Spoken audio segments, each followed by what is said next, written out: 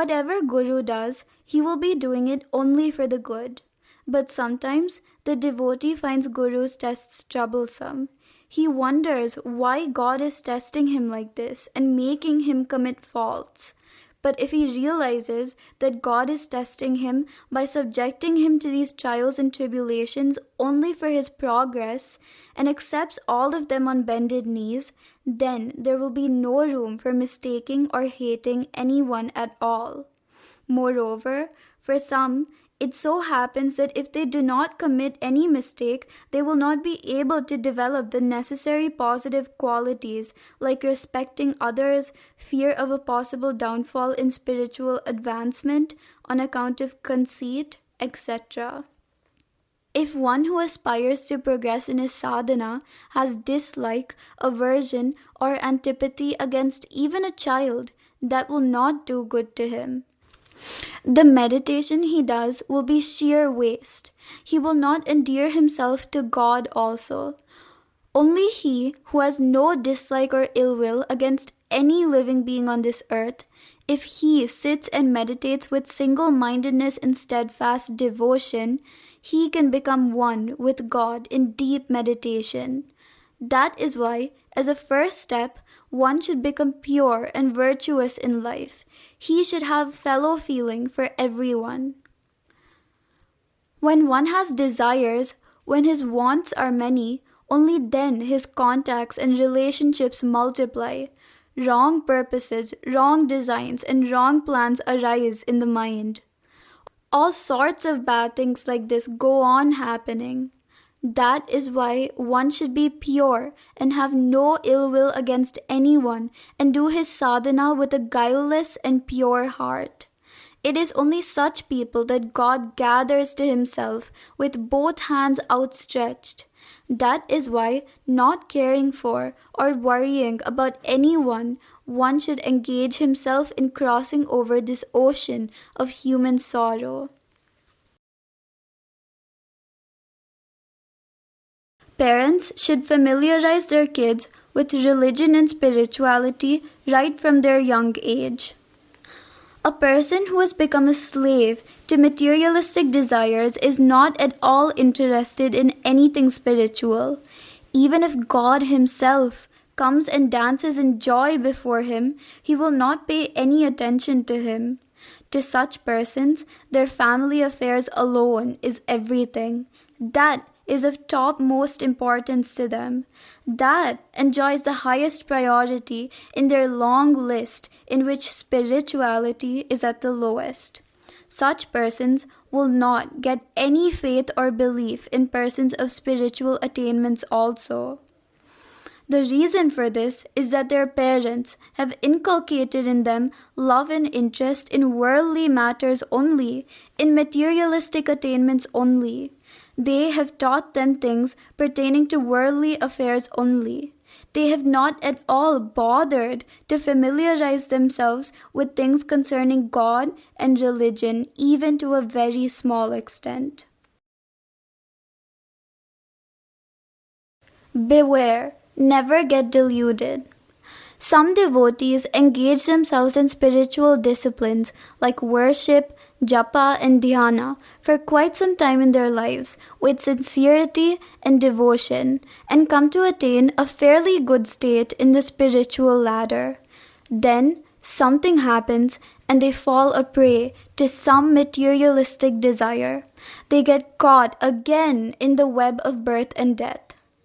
While walking on the spiritual path, if one takes to a guru, does his seva, follows his techniques, and obtains his grace, Guru will never forsake him. He will always keep a loving watch over him through his Krupa Kataksha, meaning gaze full of love and grace. Call on him anywhere, God will appear right there. Devotee, Appaji, which place is good and suitable for doing dhyana? Appa, you are asking where you should go for doing dhyana? Even if you sit in a gutter and go on remembering him and calling on him for 1 or 2 years with a full heart, he will appear before you in that gutter water itself. It doesn't at all matter where you are, whether you are in a forest or standing or in a garbage dump. If you have full faith and call on him with a full heart, believe me, he will definitely appear before you there itself. You can certainly attract him and captivate him there itself. Why should you go in search of places to meditate upon him? Developing firm and full faith in him, why don't you just sit quiet? Because it is sufficient if one, with total belief and faith in him, engages himself in his remembrance, japa, dhyana, and bhajana for a length of time, he will be immensely pleased. Without this, even if we do any number of things, we will just not succeed in gaining his grace and blessings. We should first of all fully understand beyond all doubts that we are just helpless creatures and cannot protect ourselves, and it is he who has provided us with everything and is our eternal protector. God is extremely fond of his devotees. In the beginning, he, out of his boundless mercy, makes it known to his devotees in his own mysterious ways and through many instances that he exists. He does this to make his devotees develop faith and belief in him, to rid them of their distrust and suspicion, to make them do bhajana, japa and dhyana, and finally to make them come to him. After that, if the devotee says, "Now I have full trust in him that he would redeem me, let him do whatever he wants," and just keeps quiet without putting forth his own self-effort to reach him, either out of lethargy or out of cowardice and feeble-mindedness, he will not approve of it. Man has to do his part. He should use his discretion to live a good life and do sadhana to the best of his ability and intelligence. He should be virtuous and good, do his obligatory duties with honesty and sincerity, and generally be kind, charitable, large-hearted, and pious. You will attain liberation if you have dispassion and renunciation. O God, I want you and you only, and that is sufficient. I don't want anything else. To get such a feeling is extraordinarily difficult. Not only should he not desire anything new, but if he loses what he has already, he should also not feel sorry. One should attain such a state of mind. One may wonder that if he says that he does not want anything, how can he live? But nothing will happen. If one can really get such a strong feeling of renunciation, it only means that he is already liberated. Such a feeling cannot be obtained by any kind of sadhana. That will happen automatically through Guru's grace and blessings only. One should get rid of one's bad qualities mercilessly. One should do nama japa with intense faith and devotion, fervently praying to the Almighty, "O God, kindly motivate me to develop real devotion to your lotus feet." If we put in proper effort and take pains, He will certainly grant us devotion and love and taste for His name. To put in our effort means to have real devotion, to crave intensely for His darshan, to have deep faith in His teachings, and to have supreme dispassion and indifference to everything else other than Him. Life without these qualities of mind and heart is not very much different from animal life. Devotees should endear themselves to everyone, should possess wisdom and discrimination, should scrupulously follow the Guru's teachings and progress on the spiritual path. A devotee should unhesitatingly get rid of bad traits in his conduct and behavior which are harmful to himself as well as to others. This is because such behavior disturbs one's own mental peace and also causes unnecessary hardship to others in his family. When one finds himself in a situation which disturbs one's own mental peace, one should do something to mitigate it. One should either play with children, or do namajapa, or go into seclusion for a while, or take a bath, etc. He should do something to calm down his mental agitation. Afterwards, he should be extra careful and take proper precaution to see that such situations do not recur. He should take care to see that his mind does not get polluted due to bad traits in his character. One should just be himself always.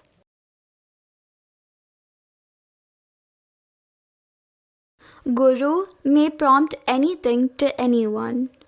If a devotee tests the Guru, he will get only the answer for that test. But those who conduct themselves with firm and implicit faith in the Guru get love, faith, fear, and devotion for the Guru and everything else also. More than all these things, they come to realize that the Guru is supreme. Sometimes God makes an idiot or a dunce test the Guru. He prompts that fool to test the Guru and he does it. Then he begins telling everyone how he tested the Guru and what the Guru did and told on that occasion. The listeners then come to realize the greatness of the Guru. They develop faith in the Guru and begin to treat him with love, respect, fear, and devotion.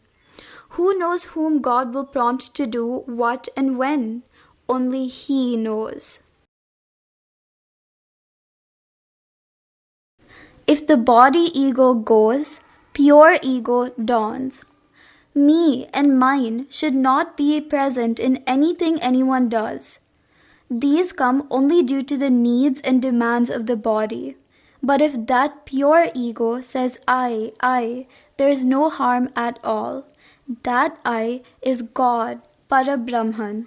That I is what that great Mahavakya, that is the great Vedantic statement, Tattvam Asi, meaning that thou art, says.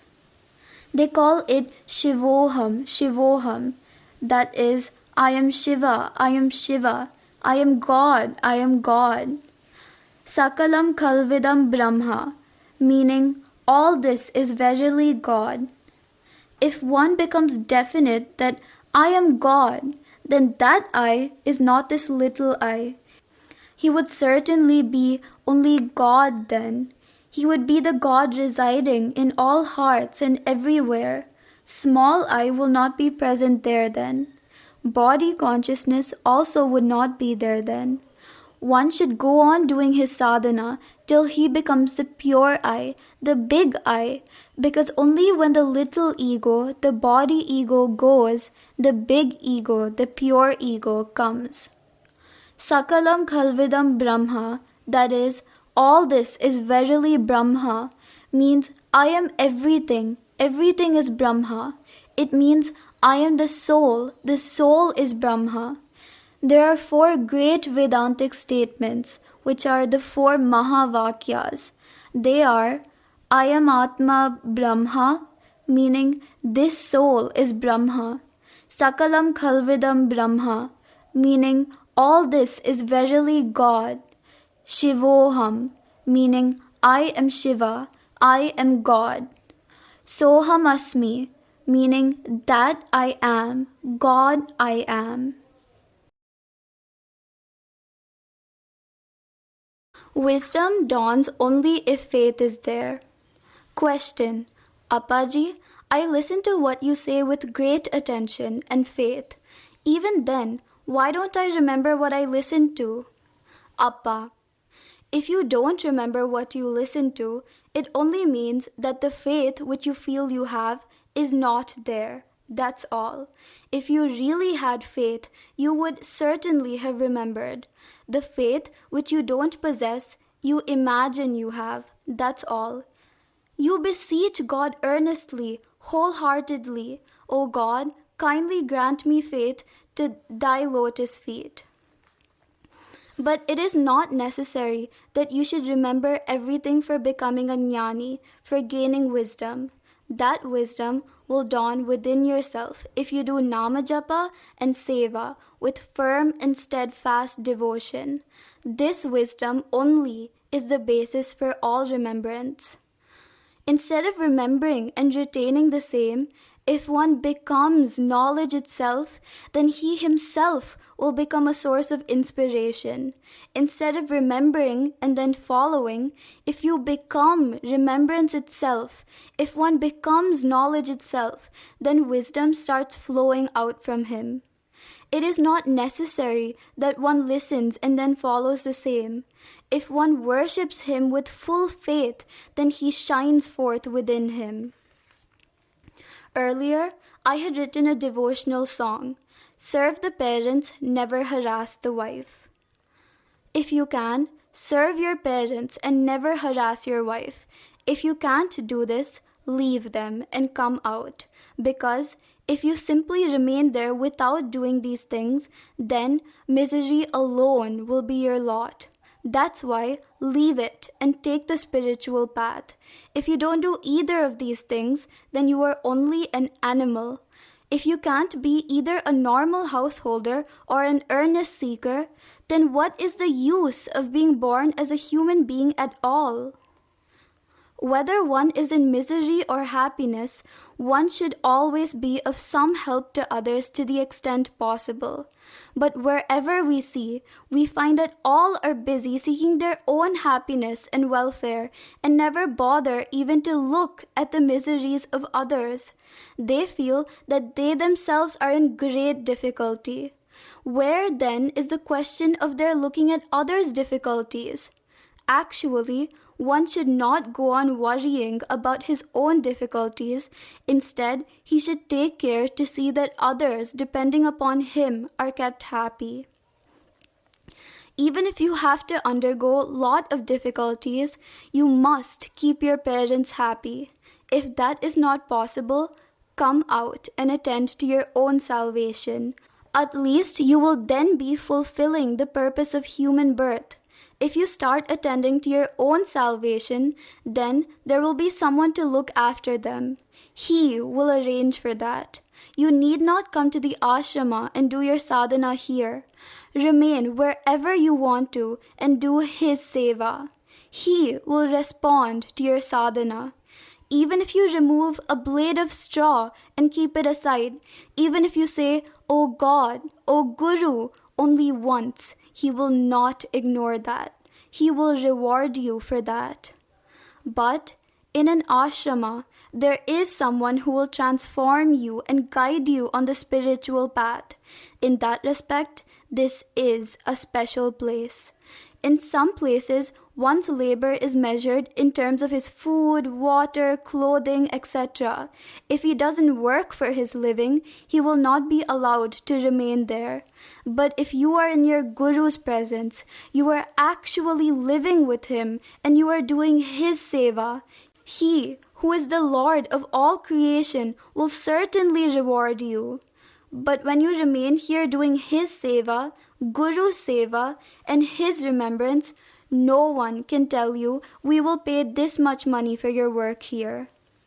Whatever work you do outside, they will pay you in return, that's all. But will they wash off your sins?